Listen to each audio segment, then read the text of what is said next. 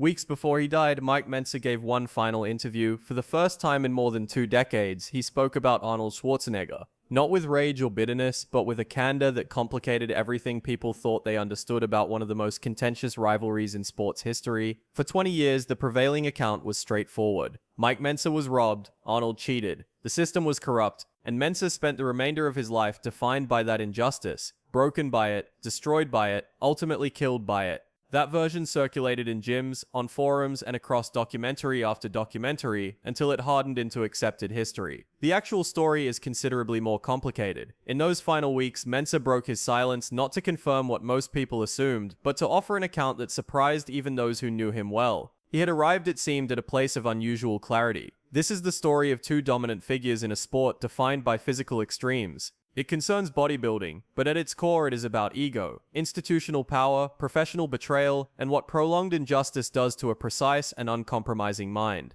It begins not in a gymnasium, not on a competition stage in Sydney, Australia, but in a small town in Pennsylvania, with an 11-year-old boy standing at a magazine rack. In 1962, Michael Mentzer was in a drugstore in Ephrata, Pennsylvania with his mother when he stopped at the newsstand. On the cover of a muscle magazine was a bodybuilder unlike anything he had seen before. He stood there, fixed on the image. Something settled into place in that moment that would shape the rest of his life. Mentzer was not simply a boy who enjoyed lifting weights. From the beginning, he was someone who needed to understand the reasoning behind everything. He was not content to build muscle. He wanted to understand the science of how muscle developed, why certain methods produced results and others did not, and whether the conventional wisdom promoted in fitness publications was actually supported by evidence. He acquired his first set of weights at 11. By 15, he was bench pressing 370 pounds. By 18, when he enlisted in the Air Force, he was training 3 hours a day, 6 days a week, a regimen he would later argue was already far beyond what physiology required.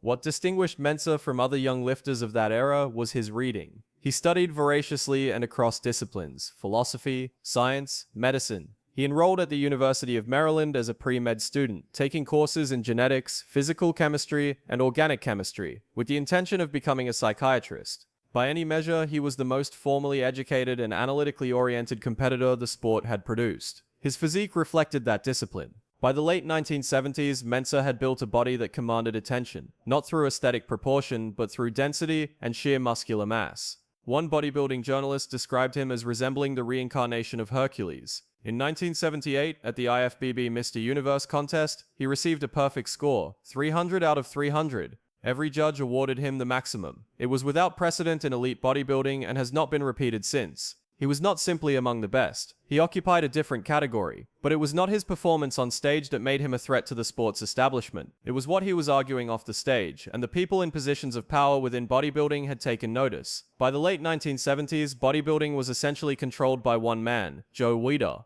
Weider had built an empire on the back of a training philosophy he called the Weider system, a structured name for a widely practiced approach. Train 6 days a week, 2 to 3 hours per session, 20 or more sets per muscle group. Volume was the governing principle. The regimen was demanding and time-consuming, and it was well-suited to Weider's supplement business, since athletes training at that intensity required consistent nutritional support. Arnold Schwarzenegger was the living advertisement for everything Weider was selling. 6-time Mr. Olympia. Internationally recognized. He trained with long sessions and heavy volume, the kind of visible, grinding dedication that filled magazines and moved products. Arnold was not simply a bodybuilder. He was Weider's most commercially valuable figure. Mike Mentzer held a fundamentally different position, and he stated it publicly, repeatedly, and with enough intellectual precision to be difficult to dismiss. Mentzer had been shaped by Arthur Jones, the inventor of Nautilus equipment, who developed a training approach called high-intensity training.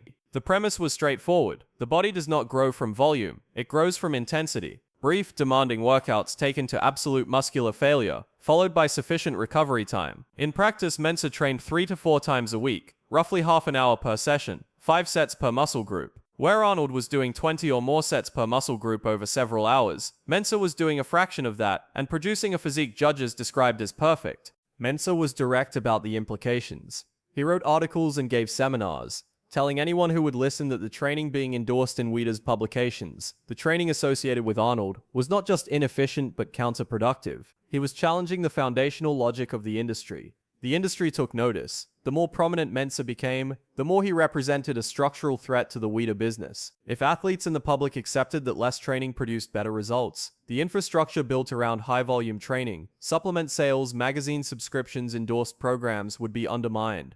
Mentzer was not simply competing with Arnold on stage. He was in direct conflict with the business model that sustained the sport. That was the context when October 1980 arrived, and the Mr. Olympia was held in Sydney, Australia. The contest was staged at the Sydney Opera House. The field was competitive. Frank Zane, Boyko, Chris Dickerson, Roger Walker, Mike Mentzer, among others. By most accounts, Mentzer was in the best condition of his career. Dense, symmetrical, and by some assessments even sharper than when he had scored a perfect 300 the previous year. Arnold Schwarzenegger was not expected to compete. He had retired from competition in 1975 after winning 6 Mr. Olympia titles and had moved into film. He was scheduled to appear in Sydney as a commentator for CBS Sports, which had purchased broadcast rights to air the event nationally in the United States. On the morning of the contest, Arnold announced he was entering the competition. He gave no prior notice. The reaction backstage was immediate. Boyko learned of it through a phone call from Bill Pearl, a bodybuilding legend who had been set to serve as head judge before withdrawing, reportedly in response to the circumstances surrounding Arnold's entry. Pearl's message was brief. I just want to let you know that Arnold is going to enter the contest. The disruption did not end there. The 15 original competitors had collectively signed a petition, requesting that the contest be held as a single open class, eliminating the 2-division weight format. Arnold was the only competitor who wanted to retain it. At the pre-contest athletes meeting, attended by roughly 50 people, the debate became heated.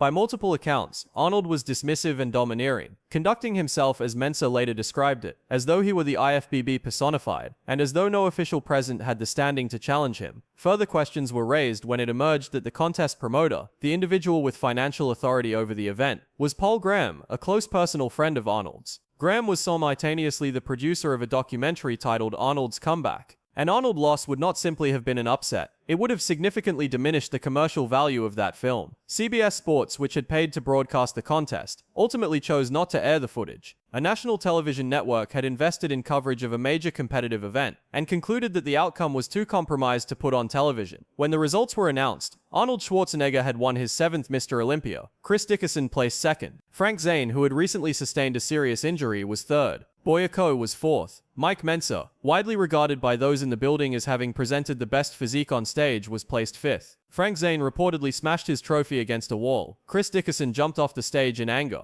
Bodybuilding journalist Jack Neary, who was present, later stated that he believed Mentzer had been deliberately marked down. Competitor Roger Walker offered a comparison that stayed with people. He said watching Arnold receive the title was like seeing someone wearing a stolen watch. What do I say? Walker asked. Do I say nice watch? Or do I say, why are you wearing a stolen watch? What followed the 1980 Mr. Olympia is one of the least examined but most telling periods of Mentzer's life. The prevailing narrative, that of a principled man undone by a corrupt institution, captures only part of what actually happened. The full picture is considerably more complicated. In 1979, Mentzer's income had been close to $200,000 a year, drawn from writing, seminars, endorsements, and appearances. By any measure, he was among the most commercially successful figures in the sport. He left Sydney having already decided he was finished with competitive bodybuilding, and finished with any pretense that the system operated with integrity. At seminars, he spoke openly about what he believed had taken place in Sydney. He said it was fixed. He named names. He declined to observe the carefully managed silence that the IFBB expected from its athletes. The IFBB's response was not formal. That would have been too visible. Instead, bookings quietly dried up. The wider publications that had prominently featured him began to phase him out.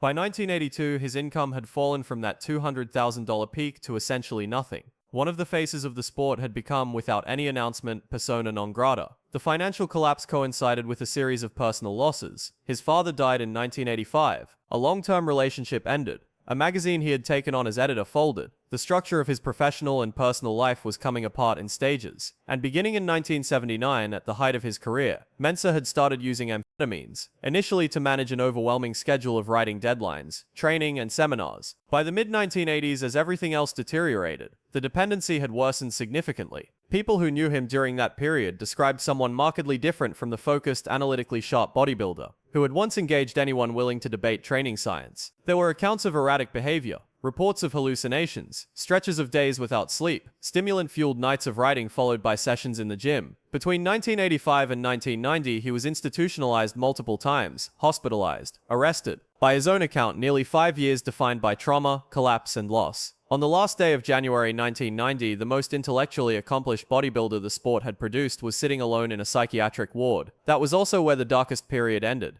On January 31st, 1990, Mentzer was sitting in a psychiatric ward where he had been confined for 4 weeks. By his own description, it was close to an epiphany, a moment of unexpected clarity after nearly 5 years of chaos. His unconscious, as he put it, told him, "Go back to what you know, Mike Mentzer." What he knew was bodybuilding, and he went back to it. The recovery was not immediate. From 1990 onward, a different version of Mentzer began to take shape, quieter, more measured. He stopped using amphetamines completely, a decision his body had long needed. He resumed writing, contributing to publications including Muscular Development and eventually Iron Man. He trained clients. He corresponded with fans around the world who had never forgotten what they had witnessed in Sydney. And he continued refining his heavy-duty training philosophy, bringing it to a greater level of precision than it had reached during his competitive years. In the early 1990s, a young British bodybuilder reached out to him. His name was Dorian Yates. Yates had developed an interest in high-intensity training and wanted guidance. Mentzer took him through his first proper sessions, introducing him to the methodology he had spent his career developing. What followed was significant.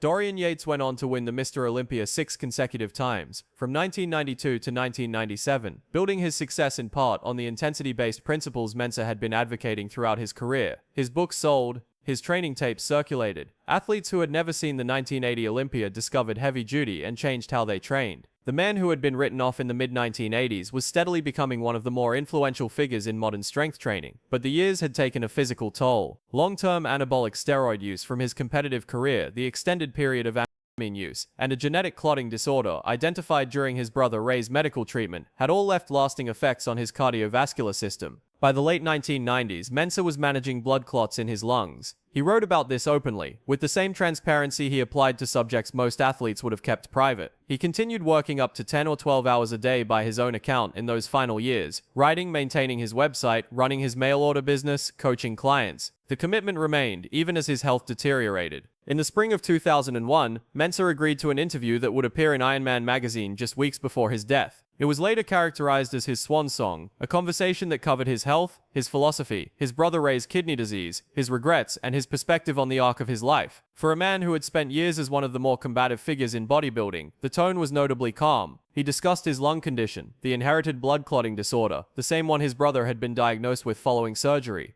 He talked about working long hours each day. He said he had chosen not to focus on the diagnosis by measuring it against what he still had. Then the subject of Arnold Schwarzenegger came up. Mentzer did not approach it with anger. He did not use the interview to revisit the events of Sydney in detail or to catalogue the officials he believed had acted improperly. Instead, he described something that had happened to his brother Ray. Arnold Schwarzenegger had called Ray Mentzer, Mike's younger brother, a former Mr. America who was then managing a life-threatening kidney disease requiring dialysis 3 days a week. Arnold called to ask how Ray was doing and told him he could call anytime for any reason. It was an unreserved act of consideration, quiet, unsolicited, directed at a man with no remaining public profile. Mentzer's response to learning about that call was not what anyone familiar with his history would have anticipated. He said it raised Arnold's stature as a human being in his eyes. He described it as a benevolent gesture. He said he was shocked when the call came. Then he went further. He recalled telling Joe Weider years earlier that he hoped Arnold would mature and reach his full potential, because Mentzer said Arnold was quite an outstanding individual. After years of estrangement, of being shut out of the industry, of watching the system reward the man he believed had taken something from him, what Mike Mentzer put on record in the weeks before he died was that Arnold Schwarzenegger had the capacity to be outstanding. It was not a complete absolution. Mentzer never said the 1980 result was fair. He maintained throughout his life that Arnold should not have won. But what he chose to emphasize in that final interview was not the outcome he had disputed for decades. It was a phone call that showed him something he had not expected to see. People who knew Mentzer in those final years have said the bitterness had eased well before that interview. Arnold had reached out. There had been contact between them. The details are not fully documented, but the available evidence indicates a genuine, if private, reconciliation. Not a formal announcement, not a staged moment, but two men at different points in their lives choosing to move past something. For a man whose post-competition years had been shaped in large part by the events of Sydney, that represented a real shift. It indicated that Mentzer, the philosopher, the intellectual, the man who had long argued that reason must govern emotion, had ultimately applied those principles to the thing that had cost him the most.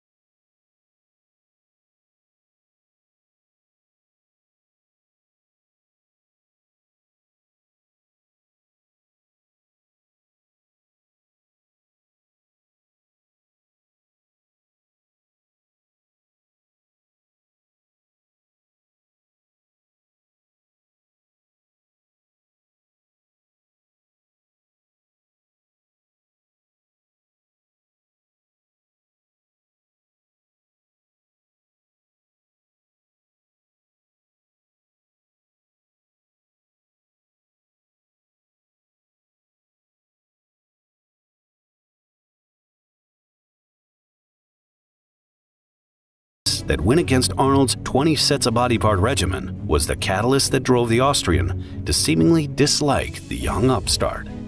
You would have to go back through Arnold's and Lee's training career and calculate the thousands of wasted hours, training hours, during which they made little or no progress. You would scratch your head and ask yourself the question, didn't they have anything better to do?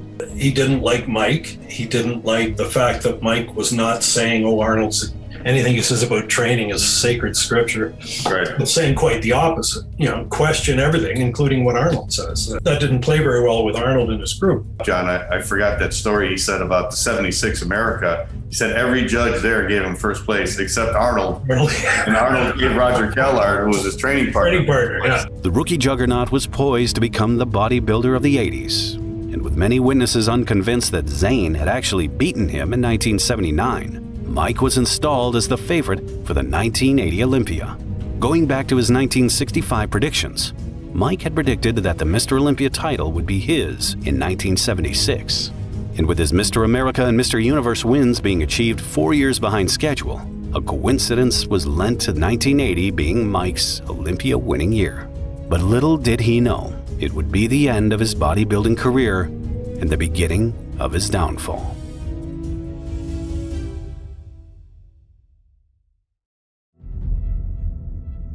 Digesting his 1979 loss, Mike planned to leave no stone unturned in his onslaught for the 1980 Olympia crown. If they want more definition, I'll give them more definition, he said.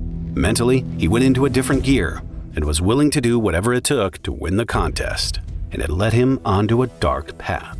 He started dieting in February for the October contest, as opposed to dieting 12 weeks out as he previously did.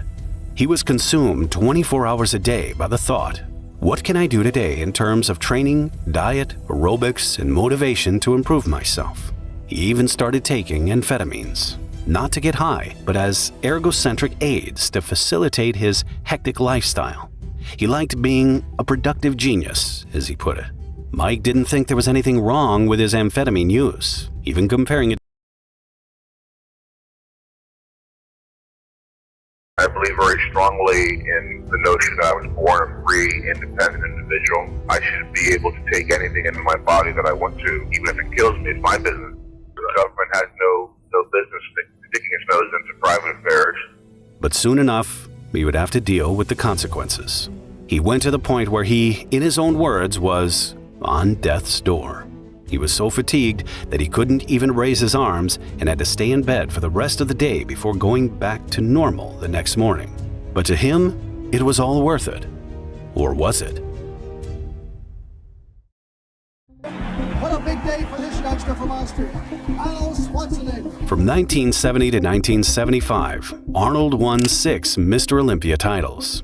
After the 6th win, he retired to focus on his burgeoning movie career, and everyone thought he'd moved on from bodybuilding, or so it seemed. So 2 weeks ago, I decided, well, I think it would be kind of an interesting challenge, really, to do something in 8 weeks that most of the guys do in